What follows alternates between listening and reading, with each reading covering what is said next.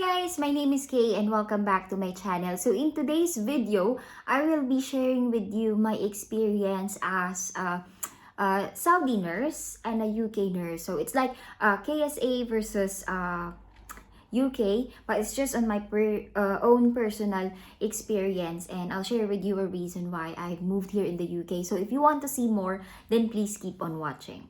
So if you're new to my channel, hi, my name is Keisha. I am a Pinay UKRN and I am currently based here in Derby, here in the UK, and I am sharing my life here as a UKRN and some other random stuff. So if you're not yet subscribed to my channel, then please subscribe to my channel. I highly appreciate those people that are subscribed to me. I really love reading your comments. Some are reaching out to me for questions about their journey to become a UKRN. So if hindi ka pa nakasubscribe, then please do. And sa mga nakasubscribe na sa akin, then you know what my channel is about. So I share my experience as a nurse.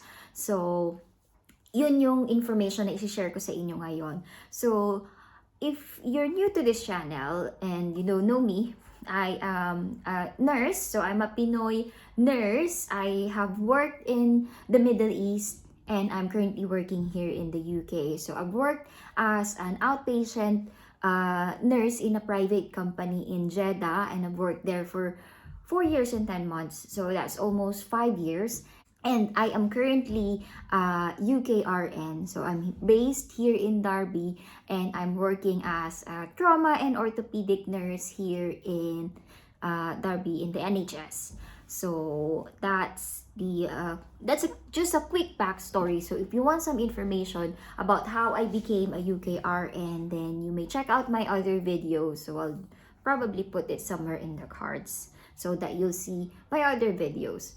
So yung information na i-share ko sa inyo, just a quick disclaimer lang. It's based on my own personal experience. So my experience might be different from yours. So please, wag nyo kong i-bash for some things na merong differences between our experiences. So magkakaiba tayo ng journey, magkakaiba tayo ng experience, but let's be kind. So let's try to be helpful for those aspiring UKRNs na gustong pumunta dito. And I'm not discouraging nurses to go to the Middle East as well, because I've had a fun time working in the Middle East. I've met wonderful people, and the company that I have worked with given me so much. So I'm forever thankful na nakapag-work ako in the Middle East. So ang dami na nating chika. So, without further ado, simulan na natin. So, ang i-share ko sa inyo is, hindi ko actually alam. I've not done a video like this before. So, danood lang ako ng mga videos about KSA and UK. So, share ko lang kung ano yung mga basic na alam ko.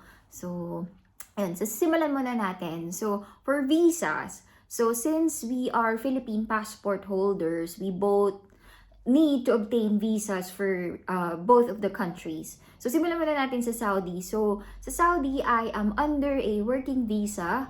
So, my working visa is 3 years. So, after 3 years yata, pwede na siyang i-renew monthly. But I think they've issued me a 5-year visa or residence permit. So, ang tawag sa visa sa Saudi is an ikama. So, it's very important that you always have your ikama. And the ikama is paid for by the company. So, hindi ko alam kung ano na yung bagong guidance nila ngayon for working visa. But you need to have a working visa for you to work in the Middle East. Whilst here in the UK, you are also under a working visa. So, it's called a Tier 2 visa. So, it's a working visa. And nurses are included dun sa parang may mga shortage. So, if you'll see, sa lahat ng agencies, maraming mga hiring ng nurses because they are short of nurses. So, they keep getting nurses from different countries. So, most especially in the Philippines. So, I'm under a Tier 2 visa, and the visa is good for 3 years. So, hindi ko pa alam yung process, but I don't know if I'm gonna renew my visa, kailangan ko siyang bayaran, or if the company's gonna pay that for me. Pero sa unang pagdating mo dito, you'll be under a 3-year contract. So next, examinations. So for the examinations, in both countries, you have to have your license. So apart from your Philippine license needs to be active, and you need to do a set of exams for you to be a qualified nurse in a specific country. So for the Middle East, so luckily, isang exam lang yung kailangan mong i-take, which is the prometric exam. So the prometric exam is under the Saudi Commissions for Health Services, Health Sciences, something like that. So once you pass your prometric exams, I think they're gonna do a data flow. And then once everything is settled, then they're gonna issue you an ID. So that's your Saudi Council ID. So I think it's valid for 3 years. 3 years din ata. So my Saudi license is inactive na siya. So hindi na ako nag-renew kasi I do not intend to go back sa Saudi kasi nga I'm already settled here in the UK. So yun. So I have had a Saudi council when I was practicing my nursing in Saudi. So dito naman sa UK, for you to become a UK RN, you need to be registered with the Nursing and Midwifery Council. So, medyo may tatlong sets of tests ka na kailangang i-take. So, first is an English proficiency test. So, for the English proficiency test, it's either you take IELTS or OET. So, they said that chances are higher na makapasa ka if you're gonna take the OET. But in my case, I took the IELTS. I took it twice. So, once na makapasa ka na ng IELTS, you have to take your CBT. So, that's the computer-based test. So, ano siya?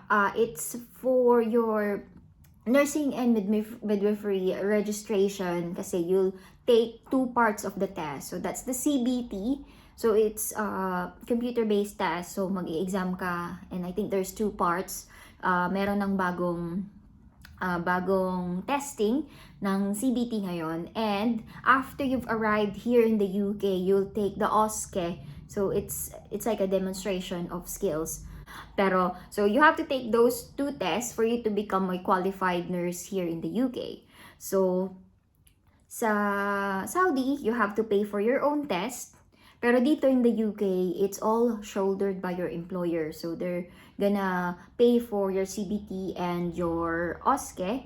If you've already taken them in the Philippines, then they're gonna reimburse you for the expenses.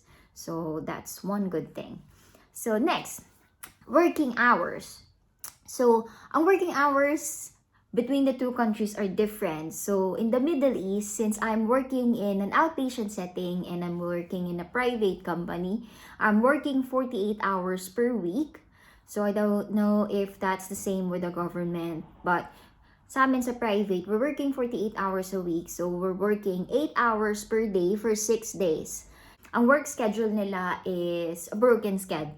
So it's 9 till 1 and then 5 till 9. So, meron kang gap.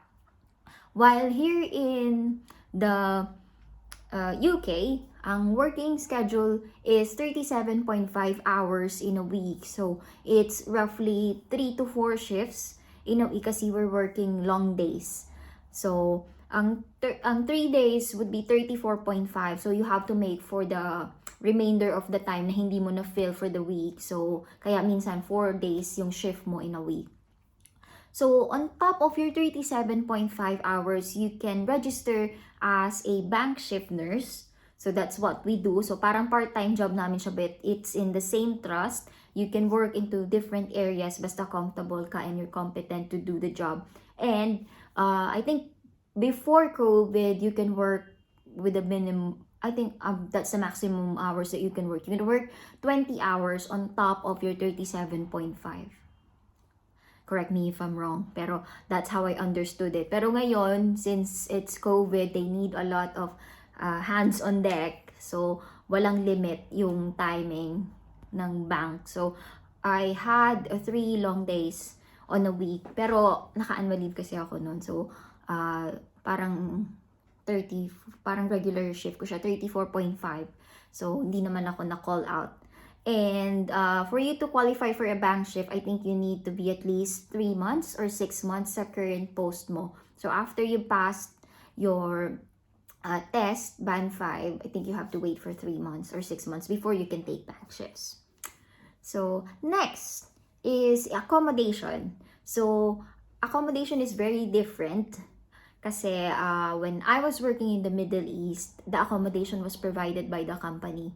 So, sila yung bahalang humanap ng accommodation. But if you opt to live out, like for example, you've got a family and you don't want to stay in the hospital accommodation, I think they're gonna give you some accommodation allowance. So, yun pa lang, makakabawas na yun sa expenses mo. Whilst here in the UK, medyo mahal yung accommodation kasi once you arrive here in the UK, they're gonna give you 2 months free accommodation kasi yun yung span of time na mag-aaral ka for your OSCE. So, 2 months is free. Then, on the 3rd month, or depende, it varies from trust to trust. Sa amin kasi 2 months yung binigay ng company, and then on our 3rd month, we have to find our own accommodation and we have to pay for it. So, yun yung isa sa medyo downside niya. Although, malaki yung sweldo, pero you have to pay for your own accommodation or your own house. Pero, what's good about it is since that you're living on your own expense, you're free to do anything for as long as you're not doing anything illegal. So, you're free to do everything, anything. Unlike pag nasa hospital accommodation ka, when we were in the Middle East, ang daming restrictions. So, that's actually one of the main reasons why I left. But not the top reason. So, ayun. So, that's for accommodation. Next is annual leave. So, lahat tayo gusto nating magbakasyon and mag-unwind. So, when I was in Jeddah, ang allowed namin na vacation days is 21 days per year. And for that vacation, it's the company who's gonna pay for your visa and your airfare. So, paid ka na for 21 days. They're paying for your airfare and they're paying for your visa. So, it's not bad. So, sa amin, sa company na pinag-workan ko, I am entitled for 21 days per year. Sa ibang companies ata, you have to wait for 2 years before ka pwedeng maka-annual leave. Whilst here, dito sa UK, we are entitled for 27 days of annual leave. Pero if you decide to go to your home country, let's say you want to go to the Philippines, you have to pay for your own ticket and airfare and everything. So you pay for all of it. Pero on top of your annual leave, there are public holidays. And I think 8 yata yung nabasa kong public holidays. Anyways, yung fix mo is 27 days and it increases as you stay longer in the company. So which is not bad. So sometimes other nurses is sinasagad nila yung leaves nila and they go home to the Philippines. So ako, what I've decided to do this year is to take I think 4 weeks of annual leave yung all at once so that I can go home to the Philippines and then the rest I can do them staggered kasi I need some vacation days as well kasi hindi nila ini-encourage to max out all of your leaves kasi may mga times na kailangan mo ding mag-relax, which is part of the work-life balance here in the UK. So, yun nga. So, work-life balance. So, ano ba yung work-life balance between the two countries? So, sa Saudi, since you're working 6 days, so it's really hard to get a work-life balance kasi you only have 1 day off. You're spending your time washing your clothes, cooking for the next day shift, groceries and things. So, meron silang mga holidays. I think yung Eid holidays nila after Ramadan and after Hajj. So, that's the time that you can unwind kasi parang sa private company, sometimes it's a week off. So, yun yung parang nilulook forward namin kasi makakapag-bonding kami with other Filipinos, nakakalabas kami, and you also have an option to go out of the country. So, pwede ka rin namang mag-travel. Whilst here, in the UK, since nga 3 to 4 days lang yung shift mo, you can either spend your day offs working for extra money, or you can travel within the UK kasi ang daming places na pwedeng bisitahin dito sa UK, ang lapit-lapit lang. You can visit Scotland, you can go to London if you're from the countryside, you can go to different countries, and pwede ka lang mag-apply ng Schengen visa. So, madaling mag-travel dito sa UK kasi some of the places you can just travel by train. And yung iba kasi, ang ginagawa nila, bank shift, and then travel. So, yun. So, I could say na mas okay yung work-life balance dito kasi they're really not gonna force you to come to work if you really don't feel well, if you're not feeling yourself, and if you don't feel 100%. So, if feeling mo na distressed ka, nasistress ka sa work, you can tell them, I can't come for an extra shift.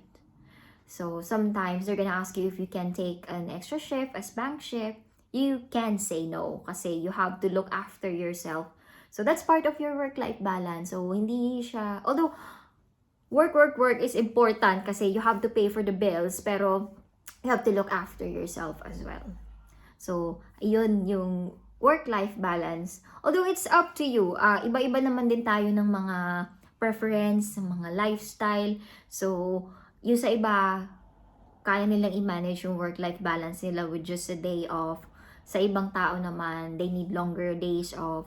So, it really depends. And may mga companies naman din sa Middle East na parang I think sa government, same din ng work schedule ng NHS. So, parang long days. Most especially dun sa mga malalaking government hospitals ata. Parang mga 3 to 4 days lang din yung pasok nila. So, they can do some R&R sa mga days off nila. So, ganun. Pero since nga I worked in the company na outpatient and we work 6 days a week. So, medyo wala kaming work-life balance.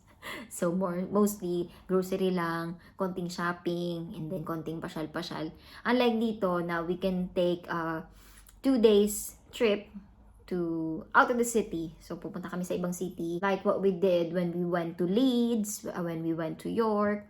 Tapos, nagpunta rin kami ng London for 3 to 4 nights. So, yun. So, medyo relaxing siya. You feel energized pagbalik mo sa work. So, next. Ito yung mostly, I think this is the most researched information ng mga nurses. So, the salary. Magkano nga ba ang salary ng Saudi nurse at ng UK nurse? So, simulan muna natin sa Saudi nurse. So, since nga, I've worked in a private company, ang basic ko lang nun is 3,800 reals. So, we have food allowances. I'm not sure if the food allowance is 500 or 300. I already forgot. Pero, nakukuha kong salary is 4,100. So, you get it all tax-free. So, I'm not sure if they're being taxed for their salary as of this date. Pero, nung time na nandun ako sa Saudi, so, tax-free. So, you get your 4,100 or kung magkano man yung sweldo mo ng buo, sa'yo lang, tax-free. So, if you convert it in Philippine peso, that's roughly 55,000 pesos.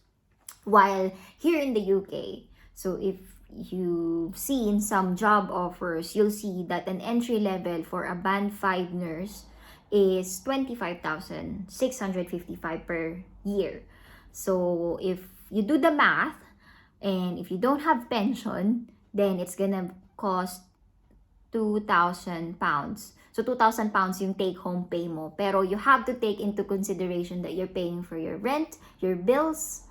So, kahit malaki siyang tingnan, pero 1/3 of your pay goes to your accommodation, which sa Saudi pino-provide nila. So, imagine, if you're paying for your accommodation, you less it dun sa kung magkano yung sweldo mo. I think, halos parehas lang sila ng take-home pay. Yung, alam mo yung 4-1 is gonna be equivalent dun sa take-home pay mo dito. Kasi nga, you're paying for bills and everything. So, you've got bills, council tax, you're paying for everything. So, per month, ang nakukuha ng isang band 5 nurse is 2,000 pounds. So, 2,000 pounds is 138,000 pesos, roughly. So, yung pay scale is different. Parang halos doble yung difference. But, take into consideration yung mga benefits na makukuha mo sa company. If you decide, if you're currently in Saudi, you have to ask yourself, ano ba yung reason kung bakit ka lilipat? So, which goes to the reasons kung bakit ako lumipat.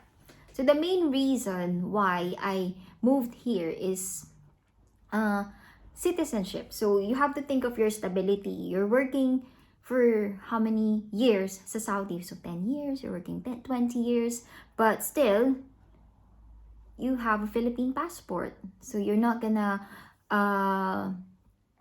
enjoy the same benefits as what the Saudi citizens does kasi you'll stay a Filipino. Although it's good that you're staying a Filipino, syempre, makakakuha ka ng mga benefits mo like severance mo if you decide to leave the company, but you're not gonna get pension, you're not gonna get free education, which is one of the main reasons kung bakit ako lumipat. So in 5-6 years time, magiging citizen na ako, and Filipino citizens have the option to become dual passport holders. So may mga nababasa ako ng mga Pilipino that they've got their British passport and they've got their Philippine passport. So at least, dual citizen ka na, you can enjoy your benefits as a British citizen. You'll get access to free education, you've got pension.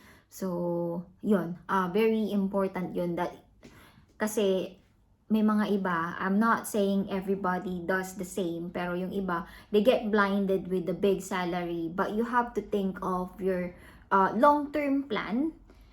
Kapag, syempre, di ba, if you've got a family, if you're starting a family, you have to think of your long-term plan. Ano ba yung end goal ko? Do I plan to work for the rest of my life, or do I want security? So, staying here in the UK,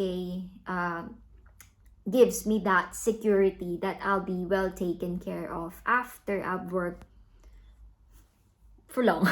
So, once mag-retire na ako, then I'll be taken care of. And yung healthcare nila dito, okay, you'll get access to the NHS. So, hindi ka mag-worry if you get sick. What else? Freedom. So, as we know, Saudi is Muslim country. So, I'm not saying that wag kang pumunta doon kasi it's a Muslim country, but you have to be respectful of their religion. Sa Saudi kasi medyo may mga restrictions sila, most especially with their religion and being decent and things. Although hindi ko naman sinabing magiging hubadera ako dito pagdating ko sa UK, pero yun nga, I want the freedom to wear what I want. I want the freedom to say what I want without harming anybody, of course. Yun nga, meron silang freedom dito. Hindi ako natatakot lumabas kahit mag-isa lang ako sa gabi, but I see to it that I'm very careful. And I have an access to bring my family.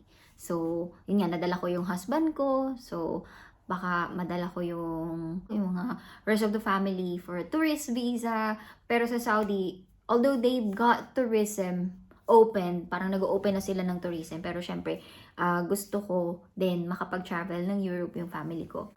Magkakaiba siguro tayo ng decision kasi I heard na malaki din yung sweldo sa, I think, Dubai, Abu Dhabi, Qatar. So, it really depends on to your lifestyle. We've got our own choices. Ito namang shinare ko is experience ko lang. Based lang siya sa experience ko. So, if that's something that you're veering towards to, then good for you.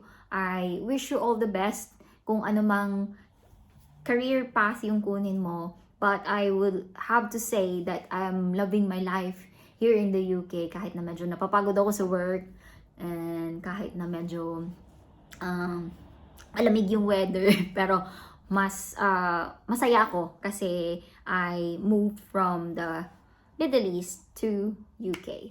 So, yun lang yung video ko for today. I know it's a very lengthy video kasi gusto kong i-share sa inyo lahat para at least you have an informed decision kung saan yung gusto pumunta. If you have questions, please comment down below. I will try my best to answer the comments. And if you have urgent questions like sa pagpaprocess ng ng mga papers nyo or your road to become a UKRN, I'll see to it if I can answer your inquiries kasi I am receiving some messages sa Facebook, sa Instagram, And I try to answer as much as I can. Pero medyo busy kasi ako sa work and stuff.